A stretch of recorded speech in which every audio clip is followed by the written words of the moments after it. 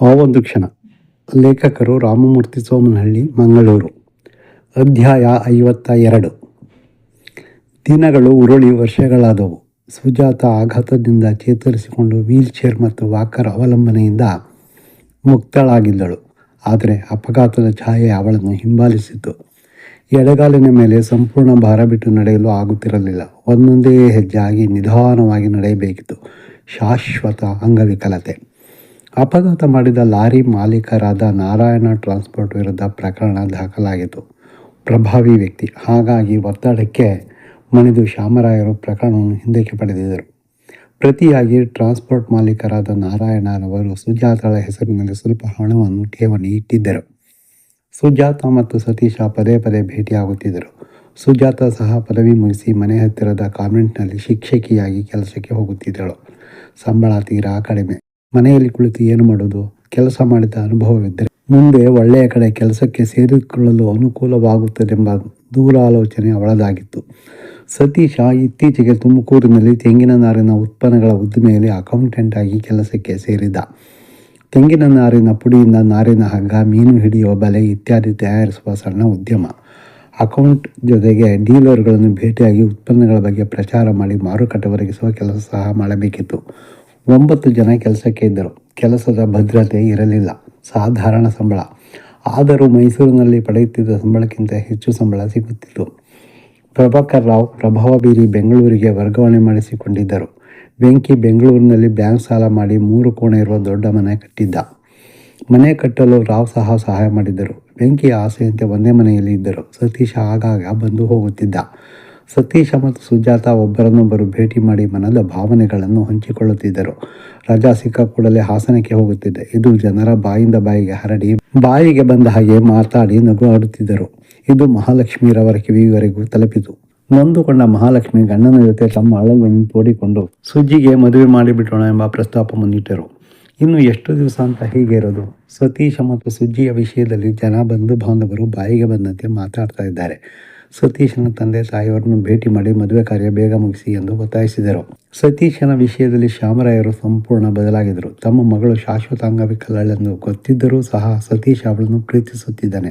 ತಾನು ತಿಳಿದುಕೊಂಡಂತೆ ಯೌವನದ ಆಕರ್ಷಣೆಯ ಕುರುಡು ಪ್ರೀತಿಯಲ್ಲ, ಕಾಮದ ಮೋಹವಲ್ಲ, ನೈಜವಾಗಿ ಪ್ರೀತಿಸುತ್ತಿದ್ದಾರೆ. ಮನೆಯವರ ವಿರೋಧದ ನಡುವೆಯನ್ನು ಸುಜ್ಜಿಯನ್ನು ಪ್ರೀತಿಸುತ್ತಿದ್ದಾನೆ. ಸತೀಶನದು ನಿಷ್ಕಾಮ ಪ್ರೀತಿ. ಈ ಕಾಲದಲ್ಲಿ ಇಂಥ ಹುಡುಗ ಸಿಕ್ಕುವುದು ಕಷ್ಟ. ಸುಜ್ಜಿಗೆ ಅನುರೂಪನಾದ ವರ ಎಂಬ ತೀರ್ಮಾನಕ್ಕೆ ಬಂದಿದ್ದರು. ಹೆಂಡತಿಯ ಒತ್ತಾಸೆಯಂತೆ ಸತೀಶನ ತಂದೆ ತಾಯಿಯನ್ನು ಭೇಟಿ ಮಾಡಿ ಮದುವೆ ಪ್ರಸ್ತಾಪ ಮಾಡಲು ಮುಂದಾದರು. ಈ ಬಗ್ಗೆ ಸತೀಶನ ಬಳಿ ಪ್ರಸ್ತಾಪಿಸಿ ಅವನ ಅಭಿಪ್ರಾಯ ಕೇಳಿದರು ಶಾಮರಾಯರು. ಮದುವೆ ವಿಷಯ ಕೇಳಿ ಸ್ವಲ್ಪ ಬೆದರಿದ. ನಿರೀಕ್ಷಿತ ಮಟ್ಟದ ಕೆಲಸವಲ್ಲ. ಸಂಸಾರ ಸರಿತೂಗಿಸಬಹುದೇ? ಅಪ್ಪ ಅಮ್ಮನ ವಿರೋಧದ ನಡುವೆ ಮದುವೆ ಸುಗಮವಾಗಿ ನಡೆಯುವುದೇ? ಪ್ರಶ್ನೆಗಳು ಮೂಡಿದವು. ಸತೀಶ, ನೀನು ಯೋಚಿಸಬೇಡ. ನಿನ್ನ ಜೊತೆ ನಾನಿದ್ದೇನೆ. ನನ್ನ ಕಷ್ಟದ ಕಾಲದಲ್ಲಿ ನೀನು ಮತ್ತು ರಮೇಶ ಜೊತೆಗಿದ್ದು ಧೈರ್ಯ ತುಂಬಿದಿರಿ. ನಿನ್ನಂಥ ವ್ಯಕ್ತಿಯನ್ನು ಒಳಿಯನನ್ನಾಗಿ ಪಡೆಯಲು ಪುಣ್ಯ ಮಾಡಿದ್ದೇನೆ. ಭಾವುಕರಾದರು ರಾವ್. ರಾಯರ ಮಾತಿನಿಂದ ಸತೀಶನಿಗೆ ಖುಷಿಯಾಯಿತು. ಮೊದಲಿನಂತೆ ಅಂಕಲ್ ಇಲ್ಲ, ತುಂಬ ಬದಲಾಗಿದ್ದಾರೆ. ತನ್ನ ಜೊತೆ ನಿಲ್ಲುವುದಾಗಿ ನೀಡಿದ ಭರವಸೆಯಿಂದ ಧೈರ್ಯ ತಂದುಕೊಂಡು, ಅಂಕಲ್, ಮದುವೆಗೆ ನನ್ನ ಸಂಪೂರ್ಣ ಒಪ್ಪಿಗೆ. ಆದರೆ ಅಪ್ಪ ಅಮ್ಮ ಇದಕ್ಕೆ ಒಪ್ಪೋದಿಲ್ಲ. ನೀವು ಅವರ ಬಳಿ ಹೋದರೆ ಖಂಡಿತ ಅವಮಾನ ಮಾಡುತ್ತಾರೆ. ಇದರಿಂದ ನಿಮಗೆ ನೋವಾಗುತ್ತದೆ. ಹೆಚ್ಚಾಗಿ ನನಗೇ ನೋವಾಗುತ್ತದೆ. ಸತೀಶ ಆತಂಕ ವ್ಯಕ್ತಪಡಿಸಿದ. ಹೆಣ್ಣಿನ ತಂದೆಯಾಗಿ ನನ್ನ ಕರ್ತವ್ಯ ಮಾಡ್ತೀನಿ. ಗೌರವ ಕೊಡುವುದು ಬಿಡುವುದು ಅವರಿಗೆ ಬಿಟ್ಟಿದ್ದು. ಊಹೆ ಮಾಡಿಕೊಂಡು ಪ್ರಯತ್ನ ಬಿಡಬಾರದು. ಬೆಂಗಳೂರಿನ ಮನೆಯ ವಿಳಾಸ ಕೊಡು. ನಾನು ಮಹಾಲಕ್ಷ್ಮಿ ಹೋಗಿ ಮಾತಾಡ್ತೀವಿ. ಮುಂದಿನದು ದೇವರಿಚ್ಛೆ. ರಾಯರು ತಿಳುವಳಿಕೆ ನೀಡಿದರು. ಅವರ ಮಾತಿನಲ್ಲಿ ಯಾವುದೇ ಗೊಂದಲ, ಅಳುಕು ಇರಲಿಲ್ಲ. ಅಂಕಲ್ ಹಿರಿಯರು, ಮೇಲಾಗಿ ಉಪಾಧ್ಯಾಯರು. ಅವರಿಗೆ ಅಪ್ಪ ಅಮ್ಮ ಅವಮಾನ ಮಾಡುವ ಮಟ್ಟಕ್ಕೆ ಹೋಗಲಾರರು. ಈ ಮದುವೆ ಇಷ್ಟವಿಲ್ಲ ಎಂದಷ್ಟೇ ಹೇಳಬಹುದು. ಪ್ರಯತ್ನ ಮಾಡುವುದರಲ್ಲಿ ತಪ್ಪಿಲ್ಲ ಎಂದು ಯೋಚಿಸಿದ ಸತೀಶ ಮನೆಯ ವಿಳಾಸ ನೀಡಿದ. ಸತೀಶನ ಸಲಹೆಯಂತೆ ಮುಂದಿನ ಭಾನುವಾರ ಬೆಂಗಳೂರಿನಲ್ಲಿ ಪ್ರಭಾಕರ್ ರಾವ್ ಮನೆಗೆ ಹೋಗಿ ಮದುವೆ ವಿಷಯ ಪ್ರಸ್ತಾಪ ಮಾಡಲು ದಿನ ನಿಗದಿ ಮಾಡಿದರು ರಾಯರು. ಮದುವೆ ಪ್ರಸ್ತಾಪದ ದಿನ ನಿಗದಿಯಾದ ನಂತರ ಸತೀಶ ಆತಂಕಗೊಂಡಿದ್ದ. ಅವ್ಯಕ್ತ ಭಯ. ತಿಳಿ ವಾತಾವರಣ ಇದ್ದರೆ ಸಮಸ್ಯೆ ಇಲ್ಲ. ಅಪ್ಪನ ಸಿಟ್ಟು, ಪ್ರತಿಷ್ಠೆ, ಅಹಂನಿಂದ ಪರಿಸ್ಥಿತಿ ಬಿಗಡಾಯಿಸಿದರೆ ಬೆದರಿದ ಸತೀಶ. ನಿಗದಿತ ದಿನ ಭಾನುವಾರ ಬಂದೇ ಬಿಟ್ಟಿತು. ಸತೀಶ ಆತಂಕದಿಂದ ಇದ್ದ. ಒಂದು ಕಡೆ ಕೂರಲಾರದೆ ಚಡಪಡಿಸುತ್ತಿದ್ದ. ಮನೆಯ ಕರಗಂಟೆ ಶಬ್ದವಾಯಿತು. ಭಾನುವಾರವಾದ್ದರಿಂದ ಎಲ್ಲರೂ ಮನೆಯಲ್ಲಿಯೇ ಇದ್ದರು. ಸತೀಶನೇ ಹೋಗಿ ಬಾಗಿಲು ತೆರೆದ. ನಿರೀಕ್ಷಿಸಿದಂತೆ ಅಂಕಲ್ ಮತ್ತು ಅಮ್ಮ ಬಾಗಿಲ ಬಳಿ ನಿಂತಿದ್ದರು. ಅವರನ್ನು ನೋಡಿ ಸಂಭ್ರಮದಿಂದ ಸ್ವಾಗತಿಸಿ, ಬನ್ನಿ ಅಂಕಲ್, ಬನ್ನಿ ಅಮ್ಮ ಎಂದು ಒಳಗೆ ಬಂದ. ರಾಯರು ಮಹಾಲಕ್ಷ್ಮಿ ಹಿಂಬಾಲಿಸಿದರು. ಕುರ್ಚಿಯಲ್ಲಿ ಕುಳಿತುಕೊಳ್ಳಲು ಹೇಳಿದ. ಕುರ್ಚಿಯಲ್ಲಿ ಕುಳಿತುಕೊಂಡರು. ಅಪರಿಚಿತರು ಮನೆಗೆ ಬಂದಿದ್ದಾರೆ. ಸತೀಶ ಸಂಭ್ರಮದಿಂದ ಆದರಿಸುತ್ತಿದ್ದಾನೆ. ಇವರು ಯಾರು ಎಂದು ತಮ್ಮೊಳಗೇ ಪ್ರಶ್ನಿಸಿಕೊಂಡರು ರಾವ್ ದಂಪತಿಗಳು. ವೆಂಕಿ ಮತ್ತು ಸ್ವಾತಿ ಸಹ ಕೋಣೆಯಿಂದ ಬಂದು ಆಶ್ಚರ್ಯದಿಂದ ನೋಡಿದರು. ಸತೀಶ ಪರಿಚಯಿಸಿದ.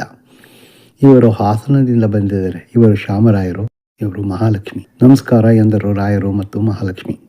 ಇವರು ನಮ್ಮ ತಂದೆ, ಇವರು ನಮ್ಮ ತಾಯಿ, ಅಣ್ಣ, ಅತ್ತಿಗೆ ಎಂದು ಪರಿಚಯಿಸಿದ. ಪರಸ್ಪರ ಪರಿಚಯವಾದ ಮೇಲೆ ತಾವು ಮನೆಗೆ ಬಂದ ಉದ್ದೇಶ ತಿಳಿಯಲಿಲ್ಲ ಎಂದರು ಪ್ರಭಾಕರ್ ರಾವ್. ನಾಳೆಗೆ ಮುಂದುವರಿಯುವುದು.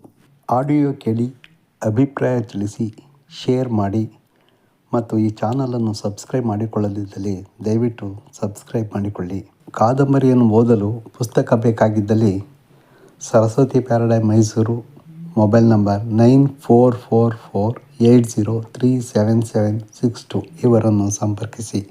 ಧನ್ಯವಾದಗಳು.